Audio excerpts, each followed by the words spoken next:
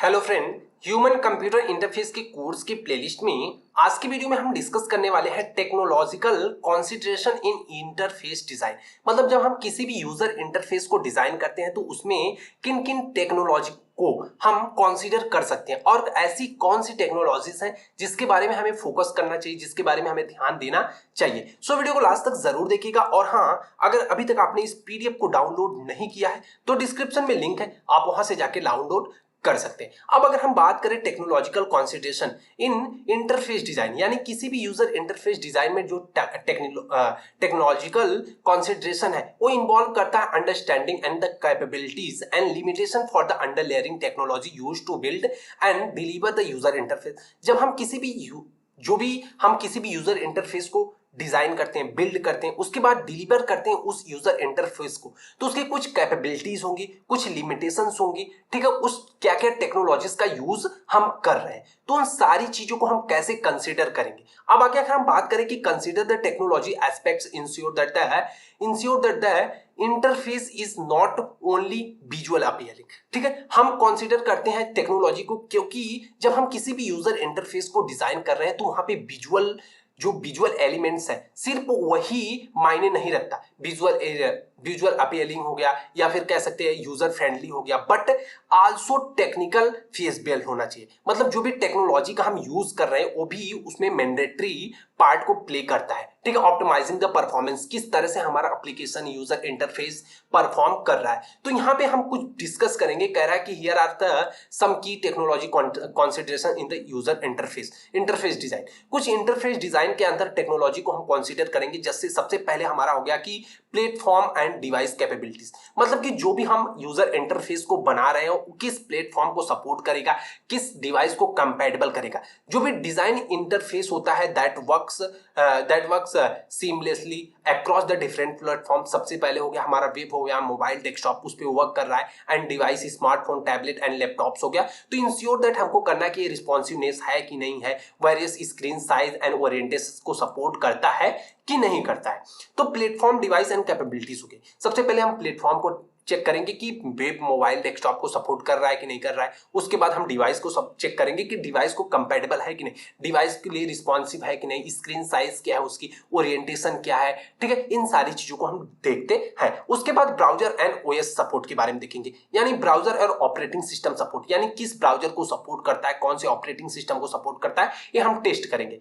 Test the interface on different web browsers, operating system to ensure that the capabilities and the consistent performance. हम check करेंगे कि आखिर जो भी हमने यूजर इंटरफेस बनाया है, ठीक है, अभी हमने स्क्रीन डिजाइनिंग के बारे में हम पढ़ रहे थे कि स्क्रीन को किस प्रकार से डिजाइन करते हैं। अब हम देखेंगे जो भी हमने स्क्रीन को डिजाइन किया और किस किस टेक्नोलॉजी को सपोर्ट कर रहा है। ठीक है, तो हमने देखा कि जो भी ब्राउजर हो गया, ब्राउजर को सपोर्ट कर रहा है कि नहीं कर रहा है। उसके बाद हमारा ऑपरेटिंग सिस्टम को सपोर्ट कर रहा है कि नहीं, कहीं ऐसा तो नहीं है लैपटॉप में चल रहा है, डेस्कटॉप में चल रहा है, जो भी मतलब विंडोज में है, मैक ऑपरेटिंग सिस्टम में नहीं चल रहा है, एंड्रॉइड को सपोर्ट नहीं कर रहा है। ठीक है, तो इन सारी चीजों को हमें चेक करने की जरूरत है। उसके बाद लोडिंग स्पीड एंड परफॉर्मेंस आती है कि मतलब जो भी हमने यूजर इंटरफेस बनाया उसकी लोडिंग और परफॉर्मेंस स्पीड क्या है।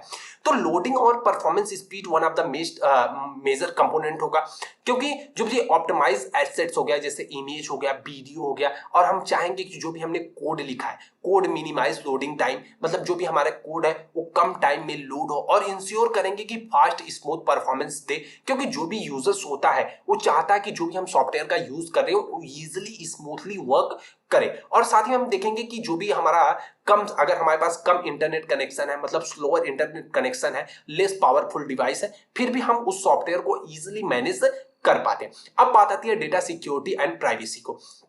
ठीक है, तो डेटा सिक्योरिटी एंड प्राइवेसी क्या हो गया कि इंप्लीमेंट हमें करना है सिक्योरिटी मेजर्स। ठीक है, सिक्योरिटी मेजर करना to protect user data and ensure that. तो हमें क्या करना है कि जो भी यूजर्स का डेटा हमारे सॉफ्टवेयर के ऊपर है या हमारे डेटाबेस के अंदर है, हमें इंश्योर करना है कि जो भी यूजर्स का डेटा है वो सिक्योर है, प्राइवेट है, हम डेटा किसी के साथ लीक नहीं कर रहे। तो ये सारी चीजें क्या करती है, यूजर इंटरफेस को डिजाइन करने या फिर कह सकते हैं कि बनाने में इन सारी टेक्नोलॉजी को यूज होता है। अब बात आती है एक्सेसिबिलिटी की।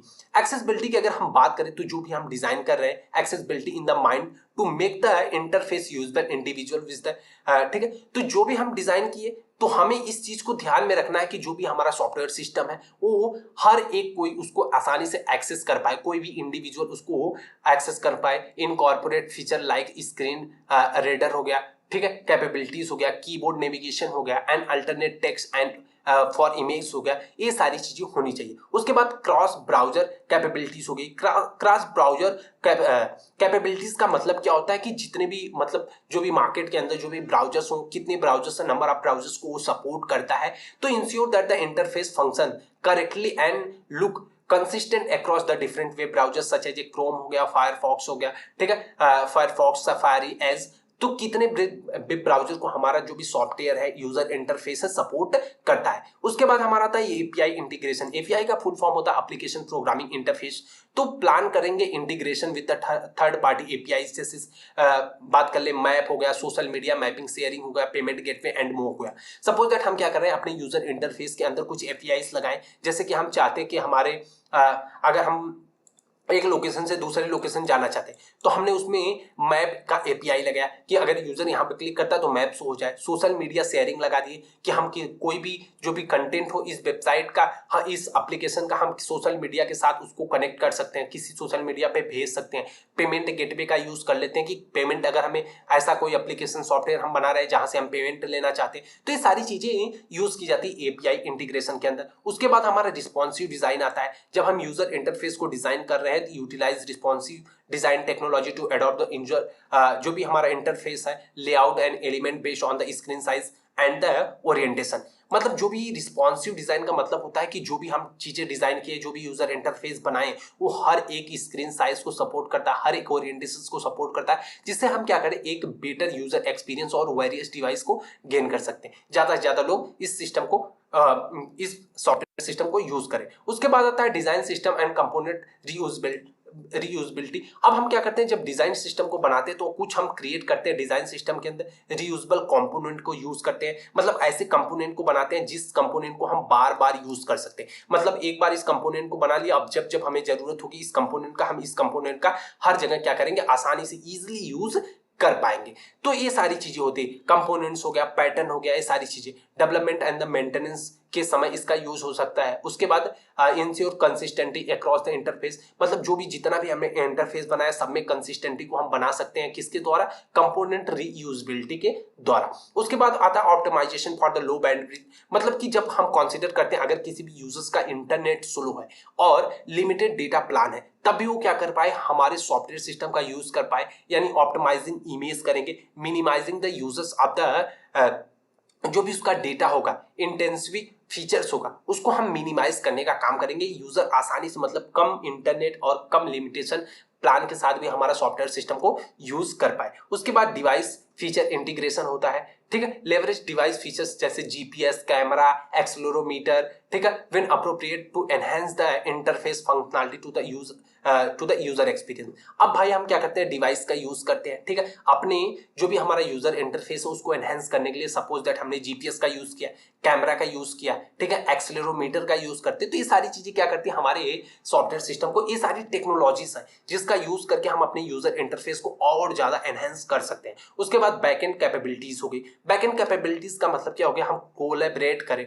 डेवलपर से to ensure that the interface design align with the capabilities and requirement of the back end system and database. मतलब जो भी हम डेटा यूजर से ले बैकएंड के अंदर सेव करें, बैकएंड से जब हमें नीड हो तो उस डेटा को हम वापस ले सकें। तो इन सारी चीजों को हम इंश्योर करने का काम करते हैं बैकएंड कैपेबिलिटीज के अंदर। अब अगर हम रिमार्क की बात कर ले तो कह रहे हैं कि by taking this technology consideration, जो भी टेक्नोलॉजी के ऊपर अभी हमने बात की है उन कंसिडरेशन, उन टेक्नोलॉजी को हम कंसीडर करके इनटू द अकाउंट इंटरफेस, जो भी हमारा यूजर इंटरफेस है, ठीक है, designers can create the interface that not only look the feel great but also perform the ऑप्टिमाइजली across the various platform on and device. तो इन सारी टेक्नोलॉजी को यूज करके हम एक ऐसे इंटरफेस को डिजाइन कर सकते हैं जिसको यूजर्स क्या करे, फील ही नहीं कर पा बल्कि ग्रेट तरीके से परफॉर्म कर पाए अपने ऑपरेशन को with different platform and various platform के ऊपर, ठीक है।